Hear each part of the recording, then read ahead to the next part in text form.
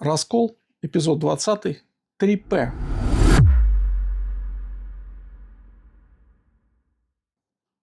Давайте на секундочку задумаемся о том, в каком обществе мы сейчас с вами живем. Это отнюдь не праздный вопрос. А почему? Потому что точную характеристику нашему обществу с позиции науки дать довольно трудно. Посмотрите фрагмент. А скажи мне, хоть раз была вообще в обществе за последние несколько лет дискуссия, а какая у нас, вот что мы строим? У нас вообще о чем речь? Кто мы? Капитализм, социализм. Мы же даже эти темы боимся обсуждать. Совершенно верно. Мы, в отличие от Соловьева, обсуждать эту тему не боимся. То, что наша среда сейчас не является сознательной, это факт. На всех планах среда набита информацией, лишенной каких бы то ни было смыслов, кроме 3П. Это покупай, продавай, потребляй. И этим заполнено все. Как мы помним, по заветам бывшего министра Фурсенко сформировалась основная масса населения. Это потребители материальных благ, матричных программ и потребители виртуальной реальности. В стране сейчас доедается сталинское наследие, о котором напоминают лишь старые постройки, но им придан другой смысл, и переписанные книги и документы, которые мы не можем расшифровать, а большая часть самого интересного уехала в спецхраны либо была уничтожена. Так в каком же обществе мы с вами живем? Мы с вами живем в империалистическом обществе с ненавистью ко всему живому, ко всему тому, что несет остатки человеческого. То есть высшими ценностями у нас сейчас являются ценности империалистические. Напомню, что империализм от латинского «imperium», что переводится как «власть» или «господство», это государственная политика поддержания или расширения власти над иностранными государствами, как трактовали классики. Но здесь вместо иностранного государства надо понимать нашу территорию и установление над ней системы власти, которая пришла извне. Основными признаками империализма Владимир Ильич Ленин считал следующее. Здесь мы обратимся к его работе «Империализм как высшая стадия капитализма». Первое. Концентрация производства и капитала, дошедшая до такой высокой ступени развития, что она создала монополии, играющие решающую роль в хозяйственной жизни.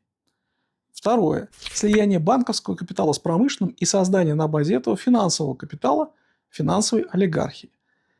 Это из его работы «Империализм как высшая стадия капитализма». Всего там 5 пунктов, но первые 2 вполне соответствуют текущему моменту.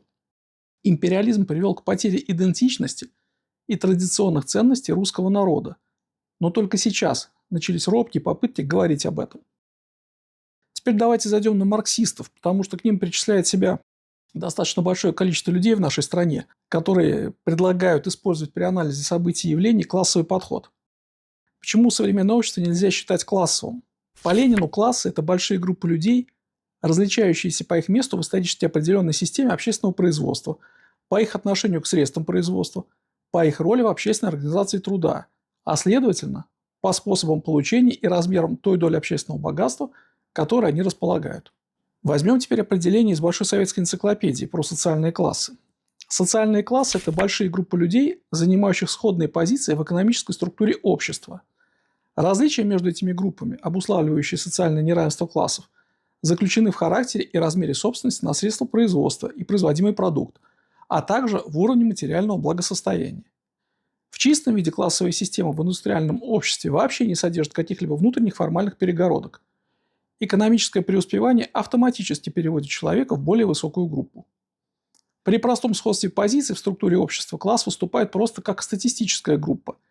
Если же его представители объединены общим мировоззрением или вступают в коллективное действие, то класс превращается в реальную группу. В терминологии Карла Маркса из класса в себе в класс для себя. Но данность такова, что Россия сейчас раздроблена по уровням, и в каждом уровне свои ценности. А об отношении к средствам производства и общем мировоззрении вообще говорить не приходится. Если проводить исторические аналогии, то примерно так было в Египте во времена правления Рамзеса II. Мы давно не рассказывали про Египет после выхода нашей книги, но тут как раз самое время вернуться к нему. Итак, по мнению историков, египетский фараон Рамзес II или Рамзес Великий существовал в XIII веке до нашей эры. Он был третьим правителем XIX династии, и наряду с Тутмосом III из XVIII династии его часто называют величайшим, самым знаменитым и могущественным фараоном Нового царства. которое само по себе было самым могущественным периодом Древнего Египта. Он также считается одним из самых успешных фараонов-воинов Древнего Египта, который провел не менее 15 военных кампаний, каждая из которых закончилась победой, за исключением битвы при Кадише, которая, как правило, считается безрезультатной. Рамзес II был одним из немногих фараонов, которым при жизни поклонялись как божествам. Что известно науке? Науке известно, что его мумия была подвергнута судебно-медицинскому исследованию в 1976 году, которое проводил Пьер Фернан Чекальди в лаборатории криминалистической идентификации в Париже. Чекальди заметил, что у мумии были слегка волнистые рыжие волосы. По этой черте в сочетании с чертами черепа он пришел к выводу, что Рамзес II принадлежал к берберскому типу, и, следовательно, согласно анализу Чекальди, он светлокожий. Последующее микроскопическое исследование корней волос Рамзеса II доказало, что волосы фараона изначально были рыжими, что позволяет предположить, что он происходил из семьи рыжих. Это имеет не только косметическое значение. По мнению историков, в Древнем Египте люди с рыжими волосами ассоциировались с божеством Сетом, убийцей Осириса, а имя отца Рамзеса II, Сети-1, означает последователь Сета. Ну, тут очень много намешано, поэтому давайте будем разбираться последовательно. И начнем с рыжих. И давайте не будем с ленинским прищуром смотреть на всех рыжих подозрительно. Есть разные рыжие волосы. Есть рыжие волосы, которые отливают золотом, а есть красно-рыжие, такого не очень приятного для глаз цвета. Так вот, красно-рыжие – это те потомки, которые больше относятся к кровосмешению. И таких людей было сразу видно. Но предъявленная ученым мумия к нему не относится. Почему? Потому что во Франции в это время была проведена уже вторая подмена мумии по сравнению с изначальной. Почему это сделано было? Потому что изначально древние мумии, вот если они совсем древние, они излучают свет. И поэтому их никто никогда не выставит на общее обозрение. Они давно, как артефакты, встроены в общую систему управления. Если такую мумию положить в среду, то она просто обратится в труху. А всегда важно было даже после смерти поддерживать целостность души, чтобы не прервался духовный опыт. И поэтому мумии старались сохранять. Так вот, древние мумии при вскрытии и анализах часто раскладывались, и поэтому их подменяли похожими. Благо, мумий было очень много. Настоящего Рамзеса правильнее было бы отнести к первым векам нашей эры. Это период смут, и в это время четко выделяется узкая малочисленная верхушка власти и все остальные, которых можно отнести к рабам. Тогдашняя египетская структура явной власти очень похожа на сложившуюся у нас сейчас в Российской Федерации. И это могло бы сохраняться еще очень долгое время, но тут, не к ночи помянутый, зашел искусственный интеллект. Сейчас каждому присвоили свой номер, но мы не видим, кто осуществил это. Также было посчитано и учтено население во времена Рамзеса II, только тогда это был не искусственный интеллект. Другие товарищи считали. Что же мы имеем в результате? Образовавшемуся империализму больше некуда расти. Повсеместно наступает хаотизация. Дальнейшее продвижение не имеет смысла. Власть имущие ограничены со всех сторон. Хотя сами не понимают этого. А когда они пытаются себе на службу поставить все больше и больше законов, то ситуация от этого только продолжает усугубляться. Вместо того, чтобы продолжать разделение общества, необходимо перейти к такой системе организации, когда будет один слой высокой общей достаточности. И речь не идет о том, что кто-то должен поделиться, покаяться, отдать бесчестно нажитое. Нет. Речь о том, что наша Земля содержит очень много ресурсов, которые запрещается использовать. Например, запрещается использовать свои же собственные научные разработки, то есть, по сути, свои мозги. Эти запреты надо снять, а продукты интеллектуального труда поставить на службу Родине. Почему? Потому что наша Земля постоянно рождает Кулибиных, Ломоносовых, а она не может их не рождать. И если им дать свободу, то они создадут все, что требуется. А те, кто облечен властью, кому это вменено, должны поставить это на службу обществу. Но при этом к таким ученым, к таким изобретателям должно быть очень уважительное отношение во всем обществе, так как создают они это не для себя.